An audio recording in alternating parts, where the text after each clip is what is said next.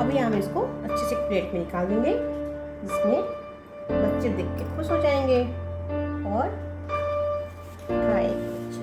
ये देखिए बहुत सुंदर।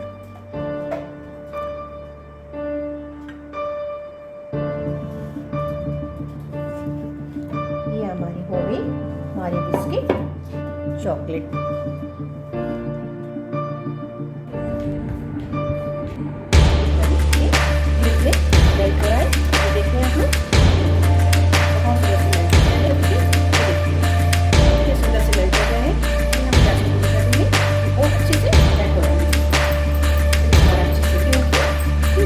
साथ साथ बच्चे हमारी बिस्किट्स भी खा लेंगे।